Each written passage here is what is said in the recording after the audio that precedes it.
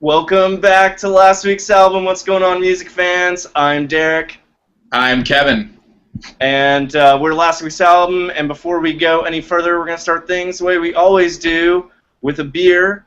Cheers, Kevin. Cheers, listeners at home. Cheers, Derek, and everyone else at home.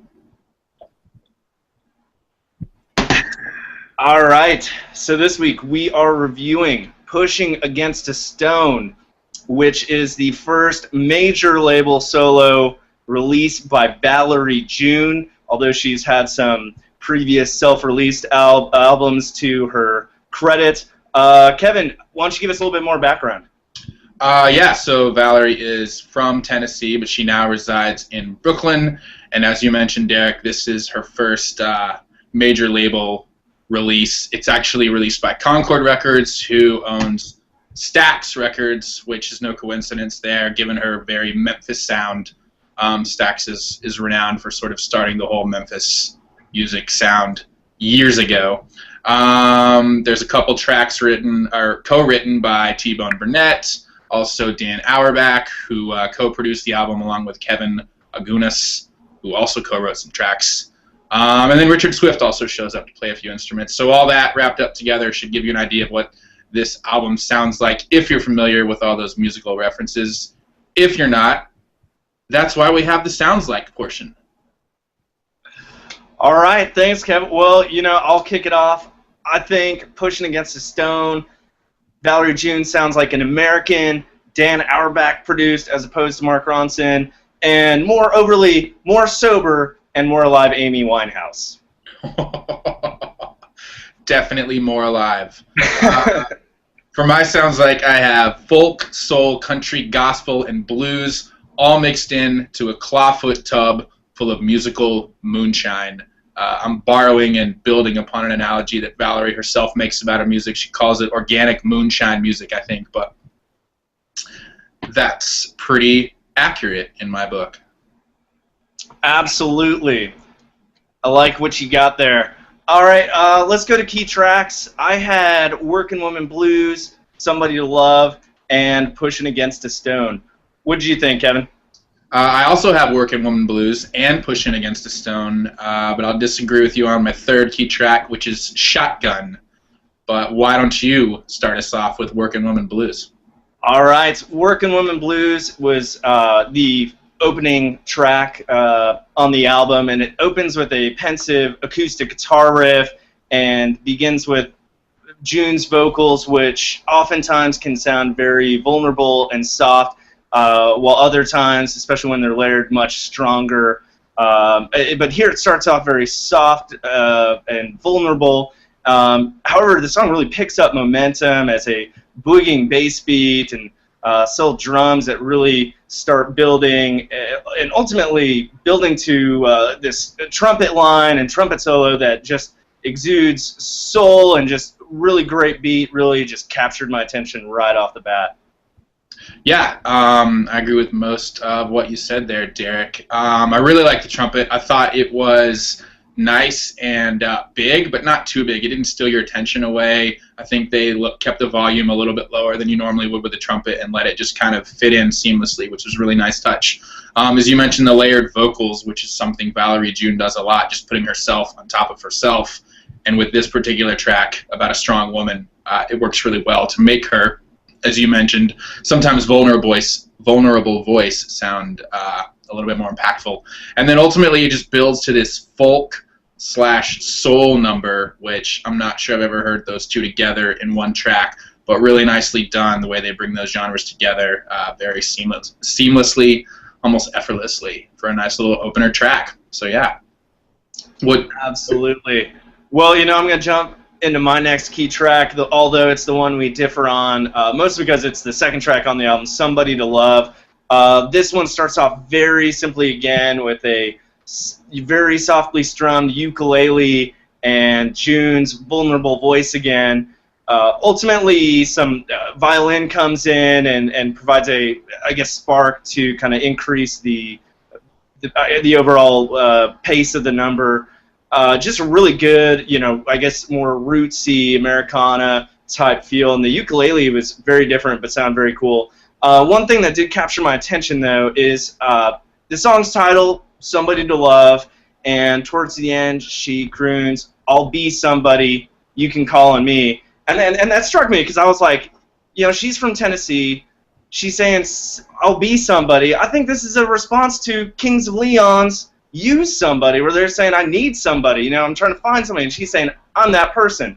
They're all from Tennessee, so I just have to think this is a call out to them. So to any of the follow-wills that are not dating or married to supermodels, follow up on this. Yes, get after it, Kings of Leon. It's funny you mentioned that, Derek. I had the exact same thought on my own. Definitely sounds like a response to that song lyrically, and obviously considering both where they're from.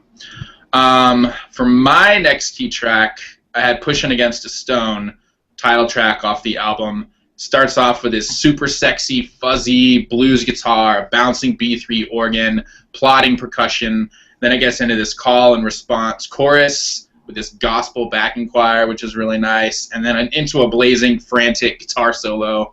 And it's ultimately just this slow jam that builds, and you can feel this sort of rough and tumble journey that she's on as she's pushing against a stone, moving towards success. She's mentioned this song in interviews as sort of the epitome of this album. And you can definitely feel Dan Auerbach's influence here, as well as Richard Swift's. And that mixed with Valerie June's style just makes this awesome, awesome track of what I'm calling electro gospel blues. What do you think of it, Derek? Kevin, I agree with so much of what you said there. I really liked the Auerbach's weeping guitar kind of starting at the end. At the beginning, the haunting organ that just kind of served as a backbone of this, really, I really like that thread. Yeah, I really like your electro gospel. I think that really sums it up well, especially with the call and response chorus, which just stayed, the vocal melody there just stayed in my mind on end. Just really great track. And the huge guitar solo at the end from Auerbach, it doesn't hurt at all. All right. Well, I'm glad you agree. For my last key track, I have Shotgun, which is probably, I'm going to go out on a limb here by even talking about it. It's one of the, or probably the least accessible tracks on the album. It's probably going to be a bit jarring for people, but I went with it because it's really just Valerie June and a guitar. And it shows you what this woman can do with just those two instruments at her disposal. She goes dark emotionally, deeper tonally. It's a murder ballad, in case you didn't catch that by the name of the track. But again here, she's blending genres. She's blending what I'm going to call jazz with Native American melody, at least vocal melody, which is interesting if you think about jazz being the first natively American music genre. So blending those two together, probably not an accident.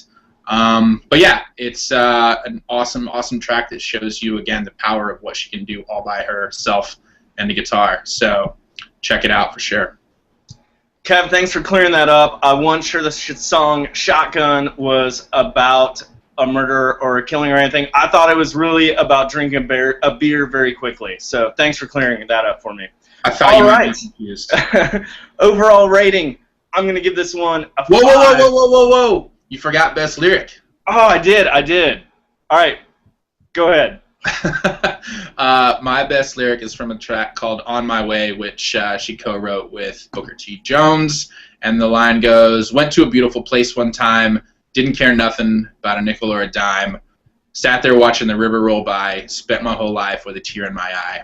And I thought it really summed up the whole album there in couple of verses there. It's sad and happy and very rootsy, which is a word that a lot of people are using to describe her style. So, really good line. What about you, Derek?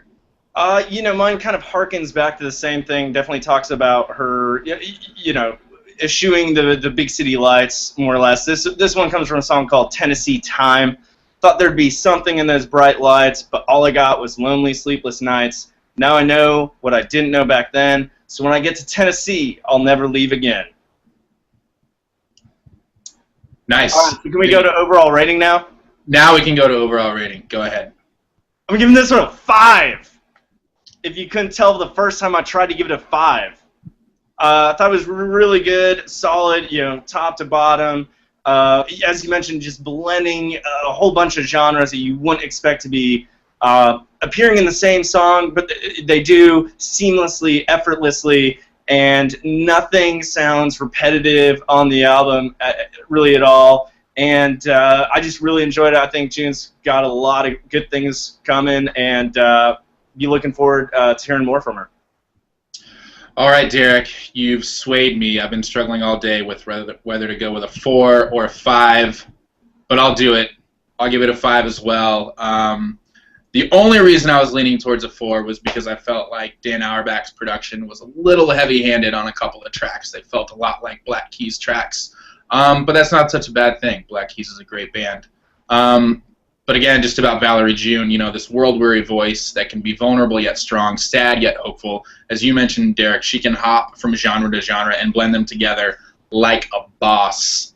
And there's really something for everyone here. I could hand this album out to 10 friends, and they would all like it and like different tracks on it for different reasons. So many are calling this Valerie's breakthrough album, and I hope that's true. I can't wait to hear more from her. Absolutely. All right, so there you have it. We agree. 5 out of 5 on Valerie June's Pushing Against the Stone, so go check it out. Thanks for joining us again at last week's album. Don't forget to click on the button above, not that says Endless Summer, but the one that says subscribe to our YouTube channel. And join us again next week, and thanks for checking it out. Keep listening to good music. Cheers. Cheers, guys. See you next week.